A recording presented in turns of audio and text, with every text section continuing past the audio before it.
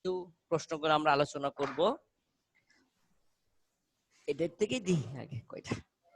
আচ্ছা দেখো, একটি ত্রিভুজ এবিসি এর পরিবৃত্ত আঁকা হলে তা কয়টি শীর্ষবিন্দু দিয়ে যাবে? এটা কি হবে বলতো? খুব সহজ একটা প্রশ্ন, খুব সহজ থেকে দিয়েছি। একটি ত্রিভুজ নাম দিয়েছি এ বি সি এর, একটি ত্রিভুজ এ বি সি এর পরিবৃত্ত আঁকা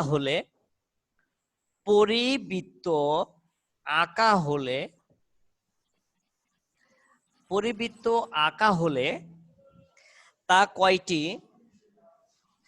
তা কয়টি শীর্ষবিন্দু দিয়ে যাবে? শীর্ষবিন্দু দিয়ে যাবে বলো তো, কয়টি শীর্ষবিন্দু দিয়ে যাবে? কয়টি শীর্ষবিন্দু দিয়ে যাবে? তোমার বিষয়টা কি? একটা ত্রিভুজ আমি আঁকলাম, যে কোনো একটা ত্রিভুজ এ বিছি, একটা ত্রিভুজ এ বিছি, একটা ত্রিভুজ।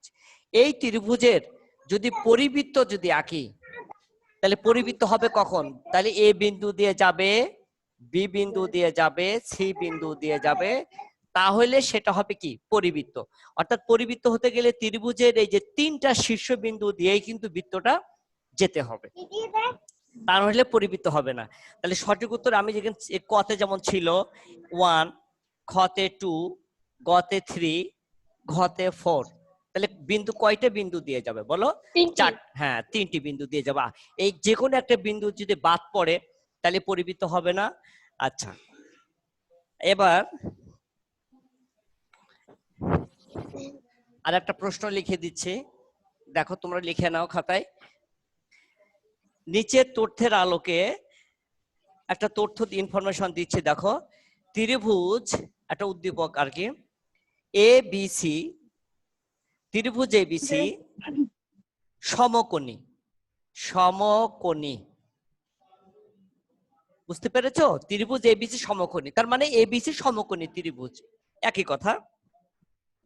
এবং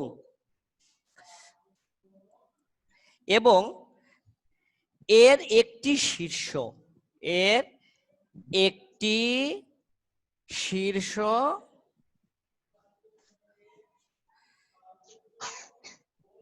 না, এর একটি পরিবৃত্ত আঁকা হলো, এর একটি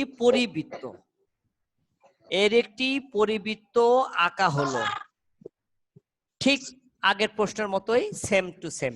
এবিসি একটা সমকোণী ত্রিভুজ, এর একটি কি করা হলো? পরিবৃত্ত আঁকা হলো। তাহলে এই বৃত্তের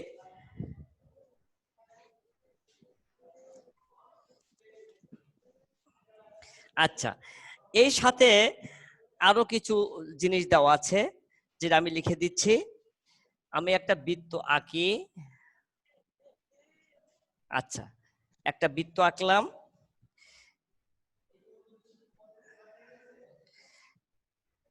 এটা হলো ও বিন্দু, এখানে বি বিন্দু, এখানে সি। আচ্ছা, এই এ বি সি একটা ত্রিভুজ, তাই না? এ বি সি ত্রিভুজটা আবার সমকোণী মানে এই কোণটা হলো এক সমকোণ, এটাই বোঝাচ্ছে। আর এখান থেকে একটা রেখা যোগ করা হলো, বাস, এই রেখাটা যোগ করা হয়েছে। এখন এইটার মান মনে করো 4, আর এসির মান 4, আর এ বির মান হইলো 3। কেমন? তাহলে বৃত্তের ব্যাস কত? প্রশ্নটা হলো 2 নম্বর প্রশ্ন যদি লিখি যে বৃত্তের ব্যাস কত, বলতো বৃত্তের ব্যাসটা কত হবে? একটু চিন্তা করো তো। এই যে এবিসি ত্রিভুজ সমকোণী, অর্থাৎ এবিসি ত্রিভুজটা সমকোণী যদি হয়, তাহলে এর পরিবৃত্ত আঁকা হয়েছে, এইটা দিয়ে একটা কি আঁকা হয়েছে? একটা পরিবৃত্ত আঁকা হয়েছে। তাহলে এই বৃত্তের ব্যাস কত? ব্যাস বলতে কি বুঝি আমি? দেখো, ও থেকে ও এটা কিন্তু ব্যাসার্ধ, ও বিটাও ব্যাসার্ধ, ও সিটাও কিন্তু বৃত্তের ব্যাসার্ধ। তা বৃত্তের ব্যাস বলতে কোনটা বুঝাইলাম? বিসি। বৃত্তের ব্যাসটা কি হবে বলতো? বিসি হবে। এই বিসি হবে বৃত্তের হলো ব্যাস। এই বিসি সমান সমান হোয়াট, বিসির মানটা কত হবে তোমরা কি বের করতে পারবে? খুব সহজ কিন্তু। বিসির মানটা, বৃত্তের ব্যাস কত, ব্যাস বলতে কিন্তু এখানে বিসি হবে। তাহলে আমরা কি এমন একটা সহজ প্রশ্ন শুধু বৃত্তের ভিতরে দিয়ে রাখছে দেখে তোমার বুঝতে এত কষ্ট হয়ে গেল? কেন এমনি হলে পারতাম না? দেখো তো, এখানে যদি এ, এখানে বি, এখানে যদি সি থাকে, এই কোণ যদি সমকোণ হয়, এটার মান যদি 3 হয়, এটার মান যদি 4 হয়, তাহলে এটার মান কত বের করতে পারবো না? পিথাগোরাসের উপপাদ্য দিলেই তো হয়ে যায় যে বি সি স্কয়ার সমান সমান কত হবে, এ সি স্কয়ার যোগ এ বি স্কয়ার। তাহলে এখানে বি সি স্কয়ার, এখান থেকে আমি কি কত পাবো, বি সি স্কয়ার সমান সমান কত, এ সি স্কয়ার যোগ এ বি স্কয়ার। তাহলে এ সির মানটা কত আছে এখানে 4, তাহলে 4 স্কয়ার প্লাস 3 স্কয়ার, তাহলে কত থাকলো 16 প্লাস 9 25। এটা বিসি স্কয়ার, তাহলে বিসির মানটা কত হবে, এটা রুট ওভার সমান সমান কত 5, তাহলে এটার মান কত হবে 5 হবে। তাহলে এখানে বৃত্তের ব্যাস কত, ব্যাস বলতে কিন্তু পুরো বিসির মানটা চেয়েছে। এই বিসির মানটা কত হবে, সহজ হিসাবে বিসির মানটা হবে 4 স্কয়ার এবং 3 স্কয়ারের বর্গমূল, তাই না? তাহলে ব্যাসটা হবে তোমার কত হলো 5। কি বুঝতে পেরেছি কিনা? আচ্ছা, এখন এককে যদি দেয়া থাকে, এখানে যদি একক দেয়া থাকে সেন্টিমিটার, সেন্টিমিটার, তাহলে এটা হবে 5 সেন্টিমিটার। যে কোনো এককে দেওয়া থাকতে পারে, আমি 4 সেন্টিমিটার যদি দিই তাহলে এটা প্রশ্ন হবে এইটা। আচ্ছা, এখন আরেকটা প্রশ্ন এটার থেকে, আরেকটা কোশ্চেন, সেটা হলো 3 নম্বরটা লিখি। ও এ সমান কত বলো তো, ও এ সমান সমান কত বলো। ও এ বলতে কোনটা বুঝলাম, এখান থেকে এইটা, এইটা কি বৃত্তর কি হবে, ও এটা বৃত্তের ব্যাসার্ধ, ও এটা কি হবে বৃত্তের ব্যাসার্ধ। তো ও এও যতটুকু হবে, একটা জিনিস আমরা বুঝি, ও এ যতটুকু হবে ও বিও ততটুকু হবে, ও সিও ততটুকু হবে, হবে কি না বলতো বৃত্তের, তাই না? প্রত্যেকটা, এটাও ব্যাসার্ধ, এটাও ব্যাসার্ধ, এটাও ব্যাসার্ধ, একই বৃত্তের ব্যাসার্ধ হওয়ার কারণে প্রত্যেকটা ব্যাসার্ধ হবে আমার সমান। তাহলে এখানে ও এর মানটা কত হবে, তাহলে এখানে বিসির মানটা কত হয়েছিল, বিসির মানটা আগের প্রশ্নে বিসির মান কত হয়েছিল, যেমন 5 হয়েছিল, তাই না? তাহলে ও বির মানটা কত হবে, এই পুরোটা যদি 5 হয় তাহলে এটার মান কত হবে 2.5, এটার মান কত হবে 2.5, ও এর মানটাও হবে কত 2.5, অর্থাৎ 5-এর 5টাকে আমরা 2 দিয়ে ভাগ করলেই হয়ে যাচ্ছে। ব্যাসের অর্ধেককে কি বলে, ব্যাসার্ধ বলে। ব্যাসের অর্ধেককে কি বলে, ব্যাসার্ধ বলে। যেহেতু ব্যাস বিসি, তার মানটা 5, তাহলে ব্যাসার্ধ কোনটা, ও এটা হলো বৃত্তের কি ব্যাসার্ধ, তাহলে তার মানটা কি হবে 2 দিয়ে ভাগ করলে, ব্যাসের অর্ধেককে কি বলে, ব্যাসার্ধ বলে। 2 দিয়ে ভাগ করে দিলেই উত্তরটা এখানে আমাদের হয়ে গেছে। আচ্ছা, এবার একটা কতগুলো অপশন আমরা একটু খেয়াল করি, এগুলো আমাদের জেনে রাখা খুবই প্রয়োজন। আচ্ছা, এটা একটু লিখে নি যে বৃত্তের ক্ষেত্রে দেখো, লেখো বৃত্তের 4 নম্বরে লিখি, বৃত্তের জন্য কি হয়, 1 নম্বর লিখলাম ব্যাসই বৃহত্তম জ্যা, ব্যাসই বৃহত্তম, ব্যাসই বৃহত্তম জ্যা। 2 নম্বরটা লিখি সকল সমান জ্যা, সকল সমান জ্যা কেন্দ্র থেকে সমদূরবর্তী, কেন্দ্র থেকে সমদূরবর্তী না দূরবর্তী। আচ্ছা, 3 কেন্দ্র থেকে, ঠিক এর উল্টাটা, এর বিপরীতটা, কেন্দ্র থেকে সমদূরবর্তী, সমদূরবর্তী সকল জ্যা পরস্পর সমান, তাই তো, সকল জ্যা, হ্যাঁ, বর্তী সকল জ্যা পরস্পর সমান।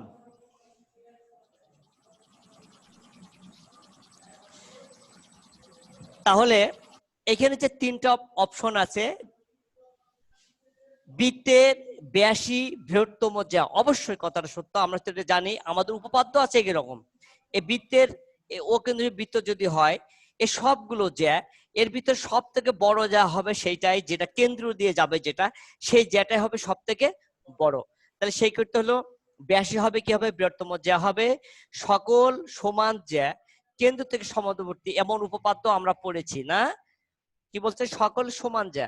এটা যদি দুটো জ্যা হয় এ বি, আর একটা জ্যা যদি আমাদের সিডি, যদি দুটো জ্যা যদি হয়, জ্যা দুটো যদি সমান হয় তাহলে কেন্দ্র ও তো হয়, ও থেকে এটার উপরে যদি লম্ব আঁকি ও ই, এইখান থেকে লম্ব যদি আঁকি ও এফ, তাহলে অবশ্যই সেটা ও ই সমান সমান ও এফ হবে।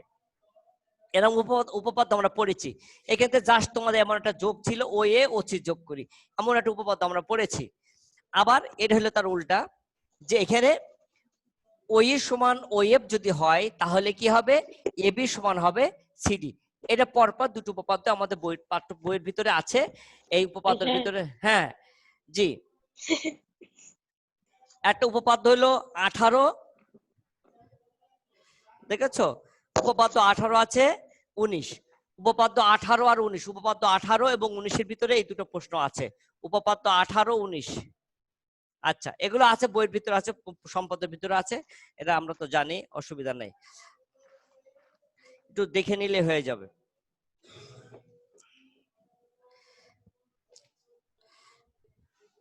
এখন কোন বৃত্তের আরেকটা প্রশ্ন দেখো,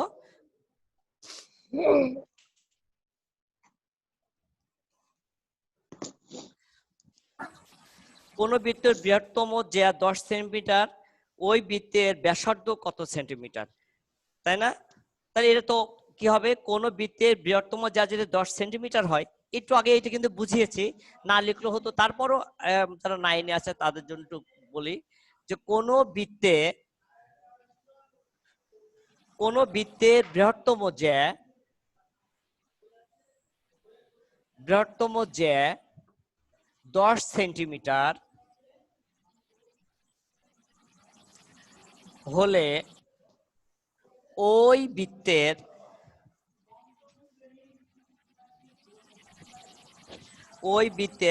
ব্যাসার্ধ কত সেন্টিমিটার?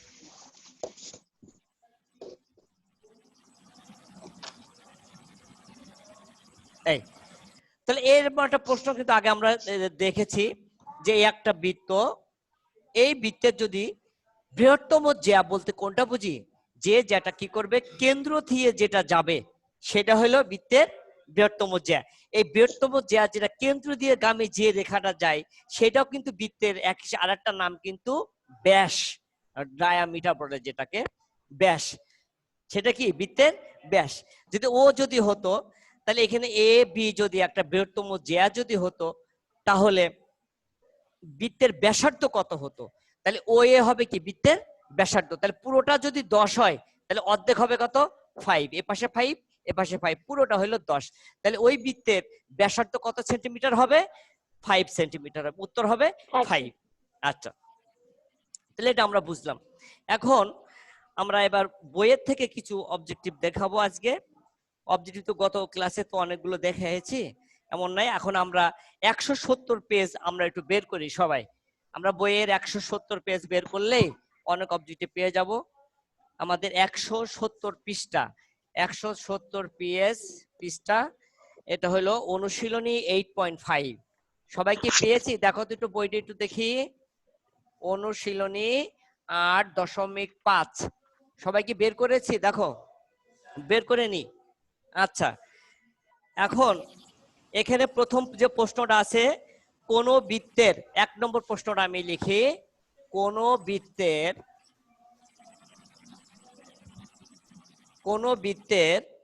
অধিচাপে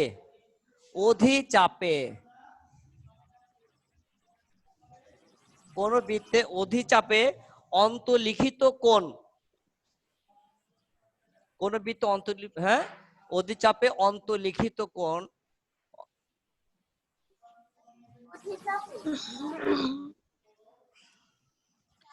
আচ্ছা হ্যাঁ, কোণ, এই কোণের মানটা কত হবে?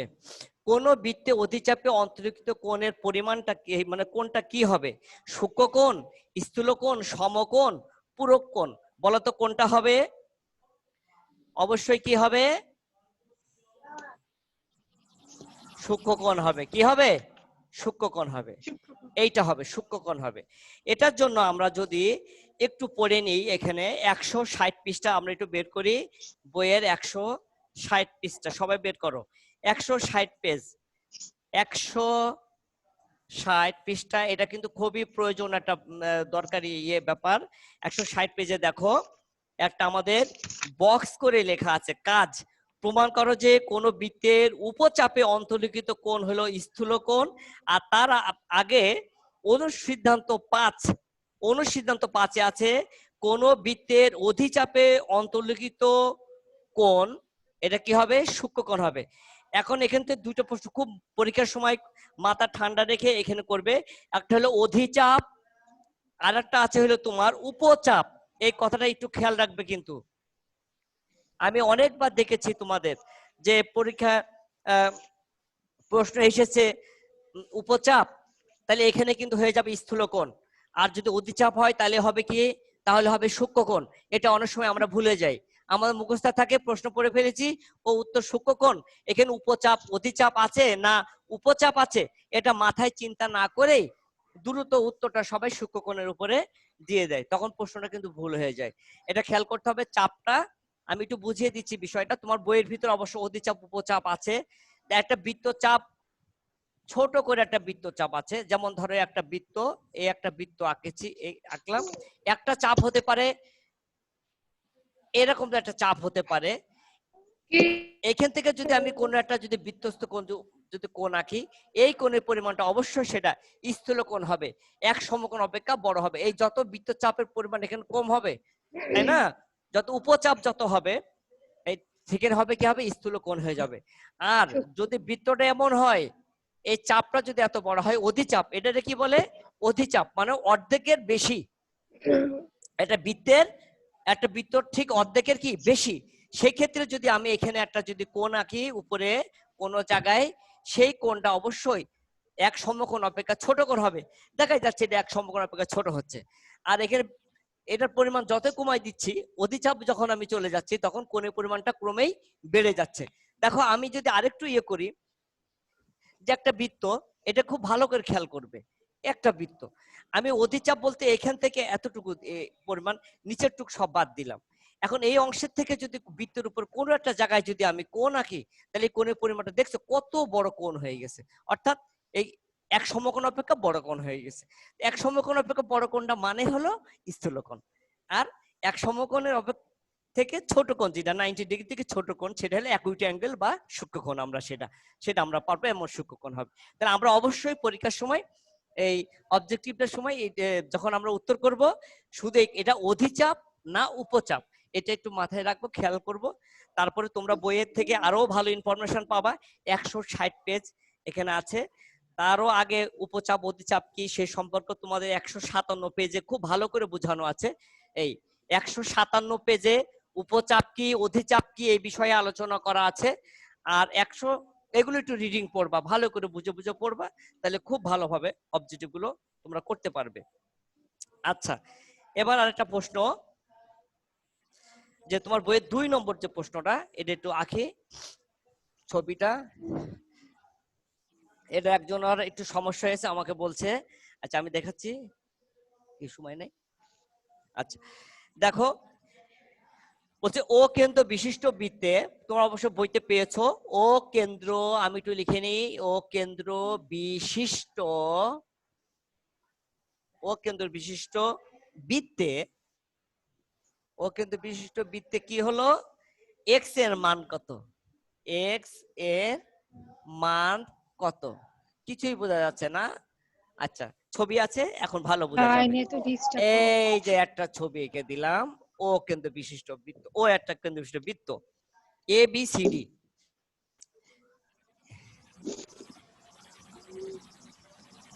আচ্ছা আচ্ছা, এ এখানে আছে, বি এখানে, সি এখানে, ডি, তাই না? এ বি সি ডি, ও কিন্তু বৃত্তে। এখন এটার সাথে এটা কোণ হয়ে গেল। এই কোণের নাম কি হবে? যদি বি সি ডি যদি চাপ হয়, তাহলে এই কোণের নাম কি হবে? এই কোণের নাম কি? কেন্দ্রস্থ কোণ। আর এই কোণের পরিমাণটা হবে কি বলতো? বৃত্তস্থ কোণ বা পরিধিস্থ কোণ। গত ক্লাসে শিখাইছিলাম এইখানে আছে একটা কোণ দেওয়া আছে, এই কোণটা আছে এক্স কোণ, এই এক্স কোণের পরিমাণটা কত এটা আমরা বের করব। তবে এই জিরোটা উপরে দিই, আর এই কোণের পরিমাণটা দেওয়া আছে, এটা পরিমাণ দেওয়া আছে 108 ডিগ্রি। তাহলে এক্স কোণের পরিমাণটা কত এখন বের করব। কি বের করতে পারবে তোমরা? কিভাবে বের করব? তা আমরা একটা জিনিস খেয়াল করো, যে আমরা জানি যে বৃত্তের একই চাপের উপর দণ্ডায়মান বৃত্তস্থ কোণ যেটা, অর্থাৎ এ কোণটা, এই বৃত্তস্থ কোণটা কি হবে? কেন্দ্রস্থ কোণের অর্ধেক হবে। তা অর্ধেক যদি হয় তাহলে আমার আছে 108 ডিগ্রি, এটাকে অর্ধেক করলে কত হবে? 54 ডিগ্রি। তাহলে এখানে কোণের পরিমাণটা কত হয়ে গেল? 54 ডিগ্রি। ভালো করে খেয়াল করো, দেখো এই কোণের ডাবল হবে এটা, যেহেতু এটা দেওয়া আছে 108, তার অর্ধেক হলো কত? 54। আবার একটা জিনিস আমরা বুঝি, যে একটা বৃত্তস্থ চতুর্ভুজের, একটা বৃত্তের ভিতরে তুমি যেভাবেই চতুর্ভুজ আঁকো না কেন, তার বিপরীত কোণ দুটো যোগফল 180 ডিগ্রি হবেই, মাস্ট। যে কোনো ভাবে একটা বৃত্তর ভিতরে আমি যেভাবেই চতুর্ভুজ আঁকি না কেন, যেভাবেই চতুর্ভুজ আঁকি না কেন, তার দুটো বিপরীত কোণ, এইখানকার এই কোণটা এবং এই কোণের যোগফল হবে 2 সমকোণ বা 180 ডিগ্রি। আবার এইটা, এই কোণ যেটা, এই কোণ এবং এই কোণের পরিমাণটা হবে, এই কোণ দুটো যোগ করলে হবে 180 ডিগ্রি। একটা উপপাদ্য তো ছিল আমাদের, যে বৃত্ত অন্তর্লিখিত চতুর্ভুজের যে কোনো দুটি বিপরীত কোণের সমষ্টি 2 সমকোণের সমান বা 180 ডিগ্রি। তাহলে দেখো এই সূত্র ধরে আমরা এটা বলতে পারবো যে আমাদের এ কোণ এবং সি কোণ মিলে হবে কত? 180 ডিগ্রি। এ কোণ এবং সি কোণের পরিমাণটা কত হবে? 180 ডিগ্রি হবে। তা সেই ক্ষেত্রে আমরা তাহলে কত ডিগ্রি করব? তাহলে এই এক্স কোণের পরিমাণটা কত? তাহলে 180 থেকে 54 ডিগ্রি মাইনাস করলেই হয়ে যাচ্ছে, যেহেতু দুটো মিলে 180 হবে।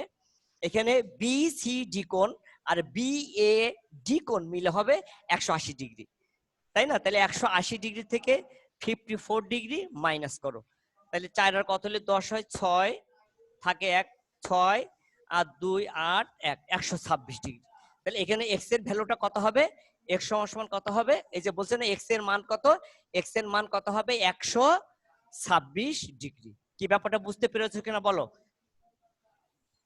যে প্রথমে আগে এর মানটা বের করে নিচ্ছি 54, মানে এর অর্ধেক হবে, আর এইটা মিলে হবে 180। তাহলে 180 থেকে 54 বাদ দিলে এখানে 126 ডিগ্রি কোণ বের হয়ে গেছে। আমরা বুঝতে পেরেছি। আচ্ছা,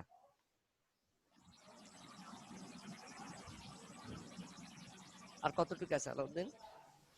ও আচ্ছা আচ্ছা, আর একটা প্রশ্ন এখানে দেখো, এটা একটা বৃত্তের ভিতরে একটা চতুর্ভুজ, এখানেও যে কোনো ভাবে আমাদের বইতে দেওয়া আছে এখানে। আচ্ছা এটা,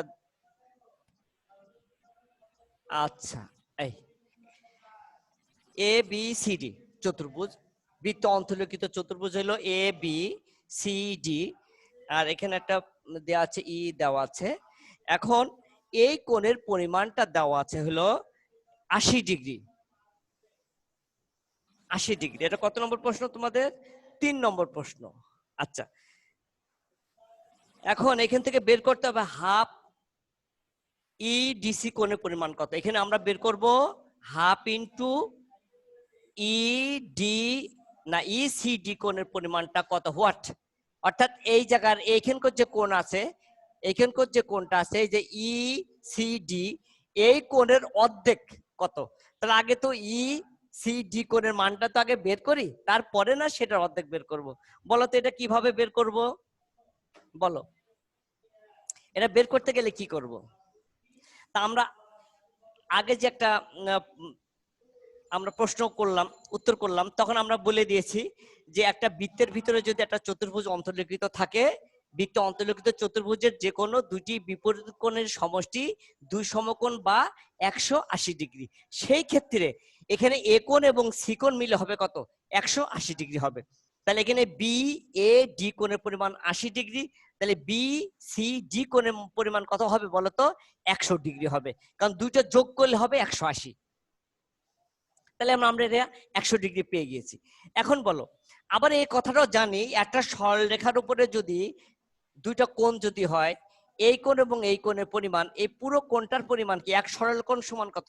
180 ডিগ্রি। একটা কোণ যদি এখানে 120 ডিগ্রি হয়, তাহলে আর একটা হবে কত ডিগ্রি বলো তো? 60 ডিগ্রি হবে। একটা যদি 100 ডিগ্রি হয় তাহলে আর একটা হবে কত? 80 ডিগ্রি। তাহলে আমরা শিখলাম যে তাহলে এই পরের কোণটা কত ডিগ্রি? অবশ্য 80 ডিগ্রি, কারণ এই দুটো কোণ মিলে এক সরল কোণ 180 ডিগ্রি। তা সেই কোণের আবার কি বের করতে হবে?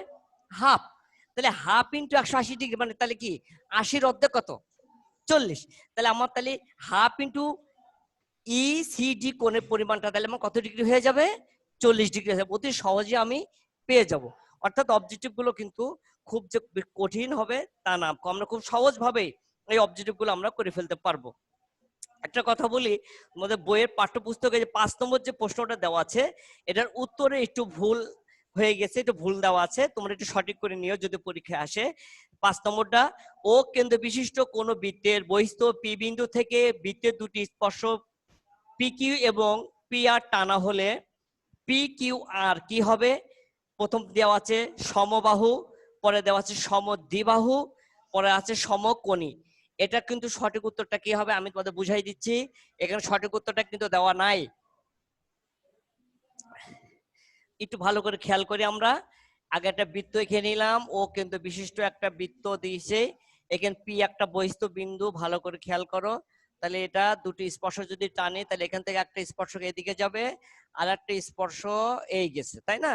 তাহলে এখান থেকে কি হবে? স্পর্শগামী এর ব্যাসার্ধ লম্ব হবে, এটা লম্ব হবে। এখন এখানে বলছে ও কিন্তু বিশিষ্ট বৃত্তের পি হইলো, পি থেকে দুটি স্পর্শ পি কিউ, পি কিউ, তাহলে একটা বিন্দু দিলাম পি কিউ, একটা বিন্দু দিয়েছি পি কিউ, আর একটা হলো পি আর, এখানে একটা আর দিয়েছি। আচ্ছা, পি আর টানা হলো, হলে পি কিউ আর ত্রিভুজ নামটা কি দিয়েছে? P Q R. তাহলে পি কিউ আর যদি ত্রিভুজ হতে হয় তাহলে এখান থেকে এটা কি করতে হবে বলো তো? যোগ করতে হবে। এখান থেকে ত্রিভুজ, এই যে পি কিউ আর, এই দাগগুলো নাই মনে করো, এই যেগুলি নাই, শুধু এটা পি কিউ আর, এতটুকু ত্রিভুজ। আমি একটু ডাবল দাগ দিয়ে দিই, ত্রিভুজটা হচ্ছে এতটুকু, এতটুকু হবে ত্রিভুজটা। আচ্ছা থাকে, এটা অসুবিধা। এইটা হলো ত্রিভুজ। এই ত্রিভুজটার কি ত্রিভুজ হবে তা সেটা বলো তো দেখি।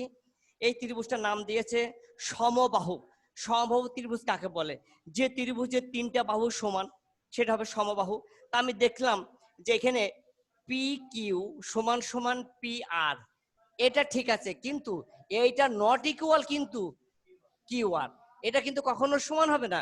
এটা কত ছোট, এটা কত এটা সমান হবে না। সুতরাং এই সেন্সে আমরা কিন্তু এই ত্রিভুজটাকে আমরা সমবাহু ত্রিভুজ বলতে পারছি না। তার মানে এক ভুল। 2 নম্বর আছে সমদ্বিবাহু ত্রিভুজ। অবশ্যই সমদ্বিবাহু ত্রিভুজ, কেন? এই যে পি কিউ সমান কত? পি আর, অর্থাৎ এই বাহুটা এবং এই বাহুটা সমান হওয়ার কারণে এই, তাহলে ত্রিভুজের দুইটা বাহু যেহেতু সমান তাহলে সমদ্বিবাহু ত্রিভুজ, তাহলে সেটা খ নম্বরটা ঠিক আছে। গ নম্বর বলছে সমকোণী ত্রিভুজ। না, সমকোণী ত্রিভুজ তো নাই। সমকোণী ত্রিভুজ হতে হলে তার একটি কোণ অবশ্যই 90 ডিগ্রি হতে হবে, কিন্তু এই কোণের পরিমাণ সাধারণত 60 ডিগ্রি হয়।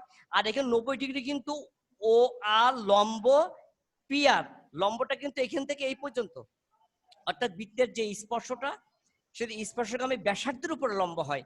সুতরাং এখানে এই কোণটা বা এই কোণ অথবা এই কোণ, তিনটা যে কোণ আছে এই ত্রিভুজের, একটা কোণও কিন্তু 90 ডিগ্রি নয়। তাহলে এটা কোনো ক্রমে এটা সমকোণী ত্রিভুজ হবে না। তাহলে সঠিক উত্তর হবে শুধু 2। সেই কারণে তোমরা হয়তো খ নম্বরটা দাগাতে হইলে 1 নম্বরটা কাটা দিতে হবে। এখানে 1 ও 3 2 আছে, তাহলে শুধু তোমরা 2 উত্তর করবে। অথবা গ নম্বর যদি উত্তর করো তাহলে পরের 3টা কেটে দিতে হবে। সঠিক উত্তর শুধু 2 হবে, সমদ্বিবাহু ত্রিভুজ। কি কেমন? আচ্ছা, আর এখানকার যে অবজেক্টিভ গুলো আছে, পরবর্তী অবজেক্টিভ গুলো আছে খুবই সহজ। পরে একটা উদ্দীপকের ভিতরে একটা একটা আছে, এগুলো তোমরা পারবা বাসায় একটু চেষ্টা করলে। তো ঠিক আছে, আজকে এই পর্যন্তই। আর ঠিক আছে, আচ্ছা বাদ থাক। হ্যাঁ ভালো থাকো, সুন্দর করে পরীক্ষা দিও। হ্যাঁ শোনো, আমি কিছু কথা বলি, তোমরা সবাই স্কুল আসবে, প্রশ্ন খাতা নিয়ে যেও। আর তোমার বান্ধবী যারা আছে, বন্ধু বান্ধব যারা আছে সবাইকে জানিয়ে দিও, সবাইকে জানিয়ে দিও যে 8 তারিখ থেকে পরীক্ষা হবে। আমরা তো বাসায়, তোমাদের বাসায় অবশ্য ফোনের মাধ্যমে তোমাদেরকে জানানো হবে। তারপরও তোমরা একটু সাহায্য করো, তোমার বান্ধবীদের যাদের নাম্বার তোমাদের কাছে আছে তাদের সাথে একটু, তারা কেমন আছে একটু খবরটাও নিলে, আবার সেই সাথে এটাও জানানো হলো। ঠিক আছে? তো সবাই ভালো থাকো, সুস্থ থাকো, তোমাদের পরীক্ষা এবার খুব ভালো হবে। হ্যাঁ কিছু বলবে বাবা? আচ্ছা, আসসালামু আলাইকুম। ওয়ালাইকুম আসসালাম।